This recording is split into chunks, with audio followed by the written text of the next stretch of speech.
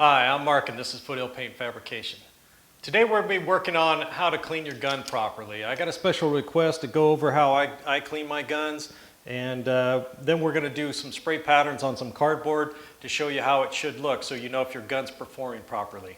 So let's zoom you in here tight and I'll show you how I go about cleaning my guns.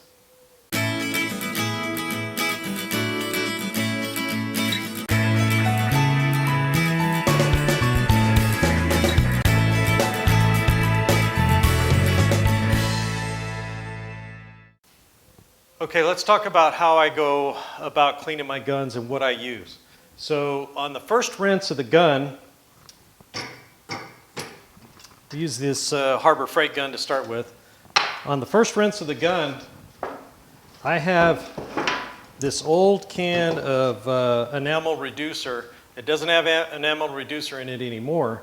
What I use it for is all the pour off. So when I pour lacquer thinner in here and slosh it around to clean it out on the first one, just to get the majority of the paint or clear or whatever you're using out, I slosh that around. I'll put the cap back on, and then I'll give it a couple of good shakes, and then I slosh it around real good. And then what I do is I take the cap off, and then I pour this back into here. And then as it sets, all that sediment will go to the bottom of the can. So the next time I go to use it, sure, it's discolored solvent, lacquer thinner in this case, but it's good enough to get the bulk of that out, so you're not wasting virgin lacquer thinner or solvent to clean your gun. So you go through a lot less material, and then you're more or less recycling it. So you're not wasting it, it's not going in the environment, it's not evaporating or anything like that. So this material here is discolored, but it still cleans really good. So that's the first step you want to do. Get yourself an old solvent can. You probably have one laying around. Use a solvent one so you know it doesn't have paint or anything in it. And then use that to pour off all your solvent into, and then you can reuse that later for your very first cleanup. I often like to take a paper towel as well. And put some of this on it, and then I'll just have my gloves on and I'll wipe the majority of the material out of there first. Then I'll put the solvent in, shake it around. The paper towel can go in the trash, it dries, it's legal to throw away that way.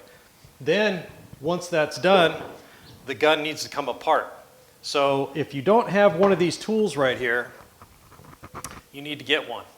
So you can, sometimes they come with the gun, sometimes they don't. This one's kind of dirty, but it has all the different sizes you're going to need to take your gun apart properly.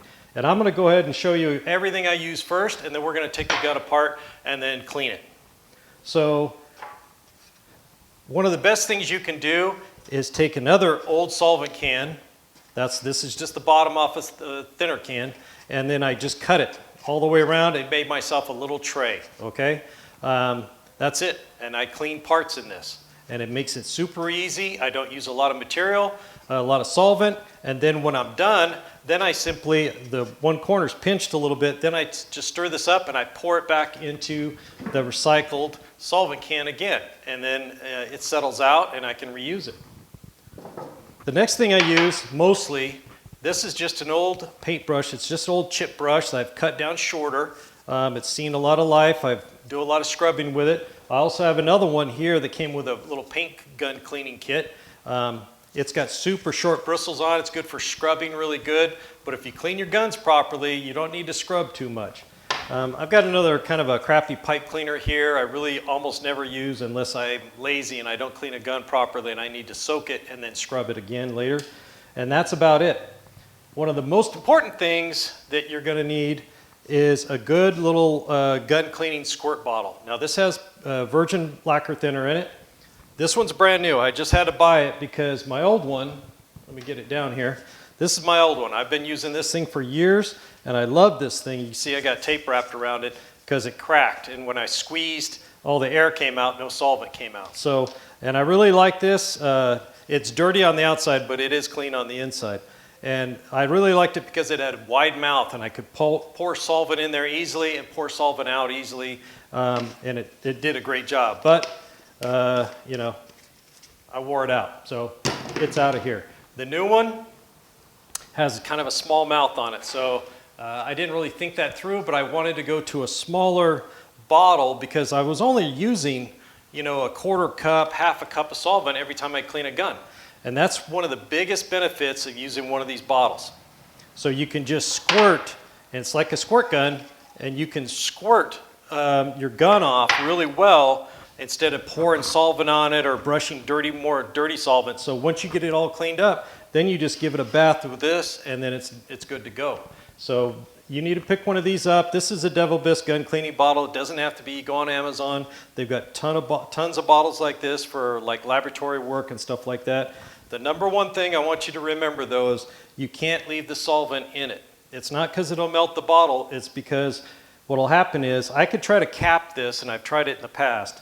But what happens is the bottle sits in your shop, it gets hot in the shop, and it expands, and all of a sudden it starts squirting out solvent by itself. And you'll come back to your shop and there'll be solvent out everywhere, or the bottle will be empty and you're going to wonder what happened. So I always pour it back into the good container and just start again.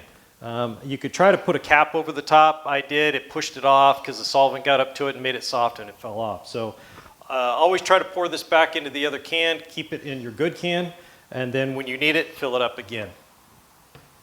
And I think that's about it. So let's take this gun apart, and let me show you how I go ahead and clean my guns. Okay, let's see how fast I can actually clean my gun once it's dirty. Now I have my recycled solvent here.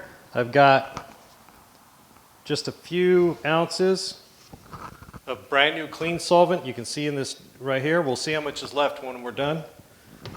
Got my brush and my wrench. Go. So first thing I'm going to do is I'm going to wipe out any residue inside the cup with a paper towel.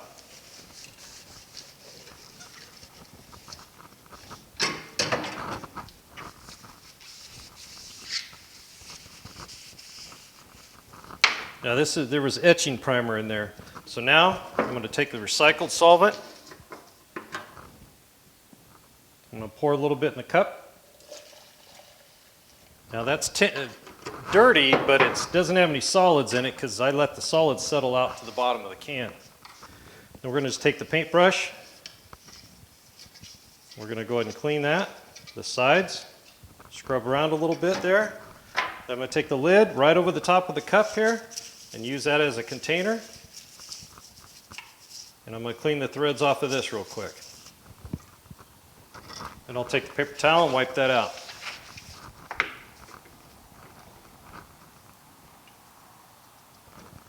And that's it for this. I'm going to go ahead and squirt some of this out into an old cup here. You can see it's coming out. It's got some of the etching primer, and now it's flowing clear. So I know that's good. Now we're going to just pour this right back into the can.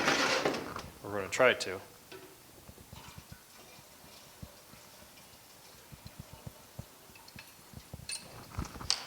All right. We're going to go ahead and wipe that out. That's all we need this for now. Okay, take it apart.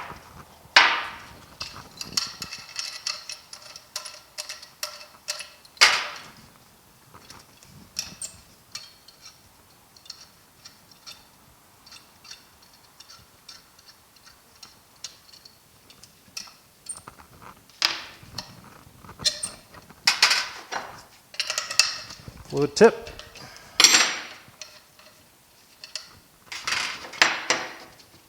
Siphon cup, or not siphon cup anymore, right?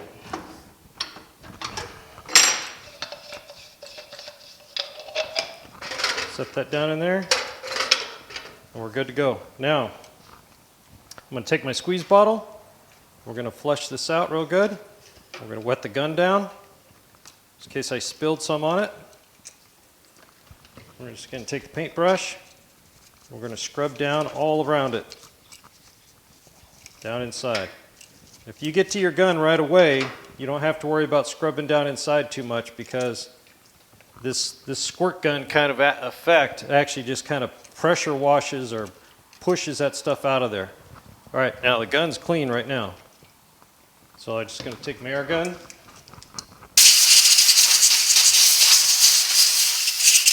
Blow it off. Just like that, the gun body is clean. Now we're going to switch over to the cup. I start on the outside.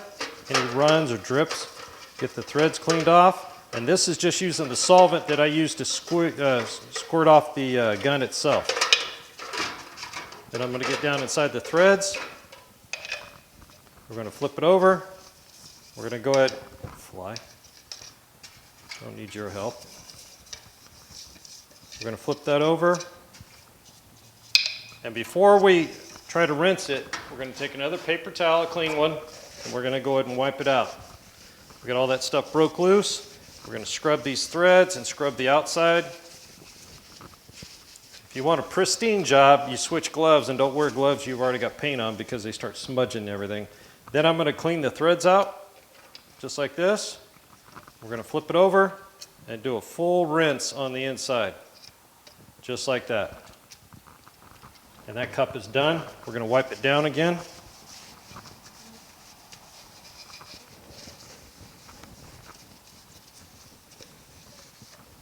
We're going to set that aside. Now I'm going to go ahead and do the lid. Here's the breather cap. It didn't really get anything on it. We're going to go ahead and blow that out. We'll set that aside. Now we'll do the lid down inside the threads really well. You really need to give some sort of physical scrubbing to make sure you break everything loose and not just rinse it if it looks cleanish. You need to really still put some sort of paper towel or a paintbrush. These little chip brushes chopped down in half work really well. And then I can tell when I'm squeezing it and pouring off the solvent, I can tell it's running off clean. Set that aside. Now I'm going to use this to start setting my parts into. Now we'll just take whatever solvent we've got in here and we'll use that to scrub. And then we'll use this to clean, to rinse. And that's done. And we'll do the air cap. We'll just use it, brush that off. Scrub the inside really well. And then we're going to blow this out real good. And always hold it up to the light to make sure you got all your holes opened up. My gloves are falling apart. So now we have the fluid tip. And this is the most important part. So what I'll do is I'll put my finger over the end and I'll jab this down in here. This is tapered, and I'll squish it down in there and just really, you know, squirt a lot of solvent down inside there.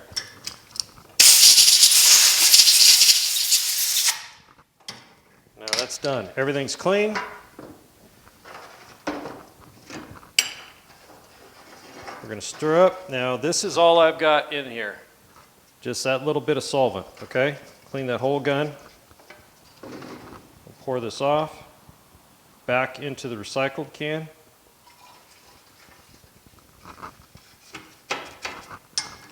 I'll take the paper towel and I'll wipe out my little cleaning tray so it doesn't fill up full of junk. Okay, now we've got just a little bit, so we only use that much brand new virgin lacquer thinner to clean. And that's pretty darn good, all right? In the old days when I used to do it, I go through so much solvent because you're pouring it out of the can onto your gun or whatever, and it's just wasteful, and the stuff ain't cheap anymore. So we pour what we didn't use back into the can and set it aside for the next time. Don't leave solvent in those little squirt bottles because when they get hot, it expands and it just squirts it out all over the place. I'm going to take these gloves off and put the gun back together really fast here. Okay, first things first, put the fluid tip back in and just give it a bump. It doesn't need to be super tight. Very next step, important, always put your air cap back on. That'll protect that. If you were to drop the gun, this thing can take a little bit of a hit That fluid tip cannot at all. You bang that thing and it's done. You might as well throw it away. Then we're going to put the needle in. Spring. Adjusting nut. Cup. Just a little bump. Put the cap on, and I always like to leave that cap a little loose. A couple times I cranked it down and then I couldn't get it back off because I missed a little bit of residue in there and it acted like epoxy. So I always leave that a little loose. Okay, I don't know what the lapse time on that, but we'll time it when I'm editing. It looks like it was under 8 minutes. So gun's perfectly clean, we're gonna put it away. And that's how you clean your gun properly. Super simple, goes really fast. Just like that, used, I don't know, half a cup of clean solvent, and that's it. So let's go ahead and throw some solvent in this, and we're going to spray it up against this cardboard, and I'll show you what the pattern should look like. I haven't done this with this gun in a long time, so it'll be interesting to see if it's still holding its pattern or not. And when I buy a brand new gun from anywhere, especially Harbor Freight, I test it with clear, brand new lacquer thinner as soon as I get it home. And if it sprays crappy and I can't get a good pattern, then I pour out the solvent, I dry it out real good, put it back in the box, and take it back and get another one. So this is a very good thing for you to know if you're buying Harbor Freight or cheaper guns, that they're not all created equal. There could be 5 on that rack, and 3 of them could be bad. So let's go ahead and get some solvent in this thing real quick, get some air on it, and see what it'll do. Okay, we got some air on this thing. I got the pattern wide open right now. Lacquer thinner is about the thinnest thing you'll ever shoot out of your gun. I don't know anything that could be thinner. And if you're spraying clear lacquer, that stuff can be kind of thick sometimes, but usually if you reduce it so it'll flow out better. This gun, this is a 1.4 nozzle on here. The other gun I have 2 tips for this one, but this is a 1.3 on here, and I spray clear and base coat with it, so it works out well. I could also throw the 1.4 in there. So let's go ahead and just run a little pattern real quick. I know you can see the board right there.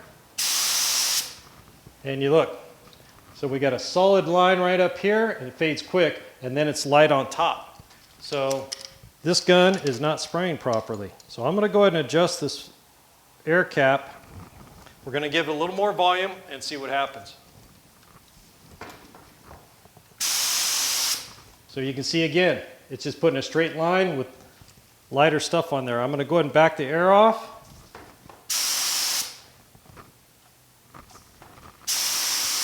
And it gets better, right? Now it did get better when I reduced the air on the air cap, but you can't rely on that. You want to set the gun to its most extreme and test it. So I got a light line here and a heavy line here. This gun is basically worn out because I know it sprayed lacquer thinner good when I got it, and it happens. So you can also try, if it's worn, you can also try taking the needle and turning it and then putting it back in. And maybe it'll seat a little bit better and get better. So we're going to try that real quick.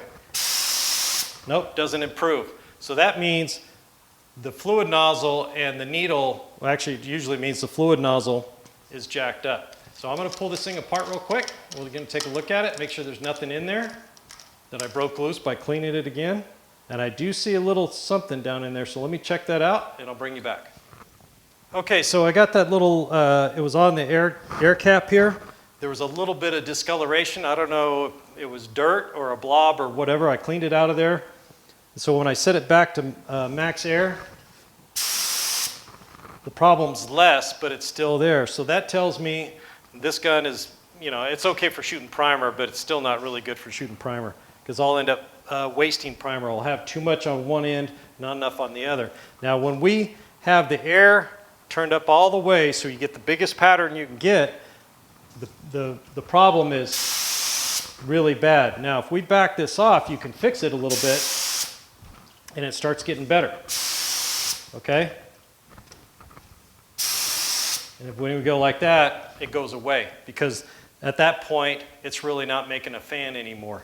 So this gun needs to be tossed. I'll go get another one, and then we'll see how it works out. I'm going to go ahead and pour the remainder of the solvent into my good gun. Let's see how well it'll spray.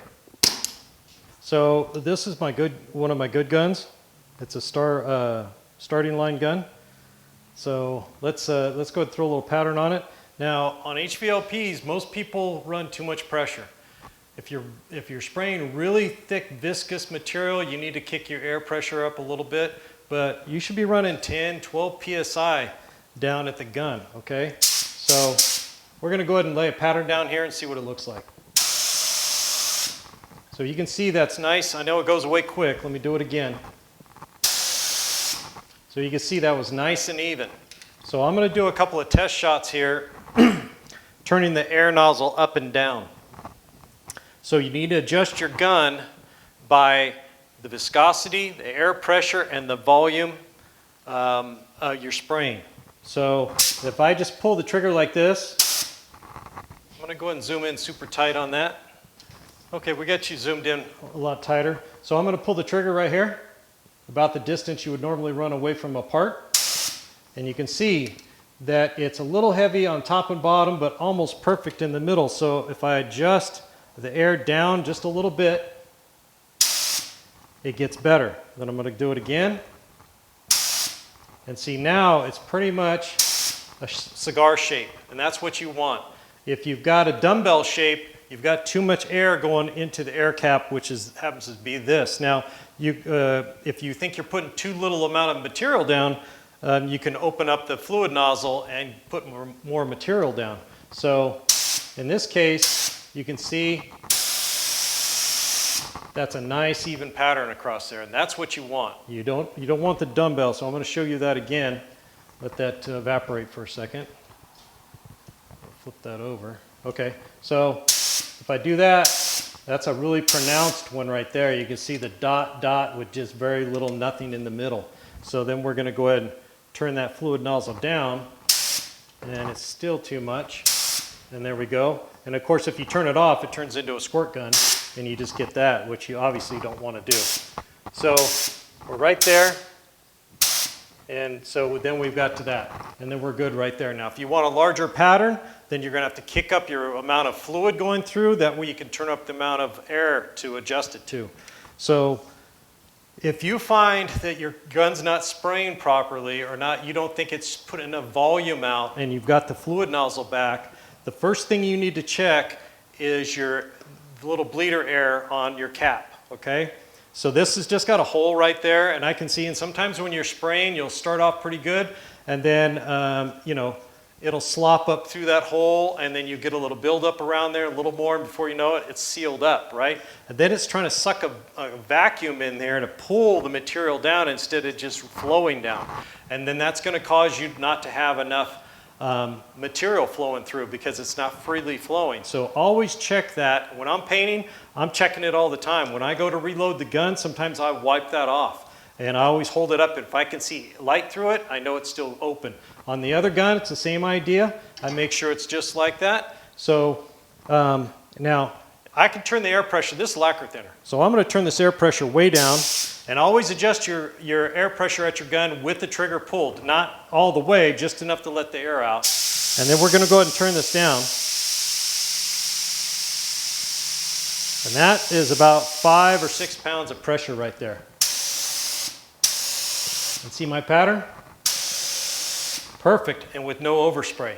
So the thicker the material you have, the more air pressure you're going to need to atomize it. But you shouldn't go much past 14 psi at the gun, okay? And I have this little knob, and it's not a real regulator. It just controls the air pressure, and it's up to, it's way high until you pull the trigger.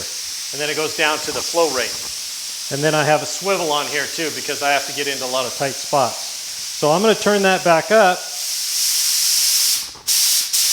It really shouldn't sound like that. And then look, I'm not getting as much material on the board. I didn't touch anything else. See that? Because a lot of it's just flowing away. So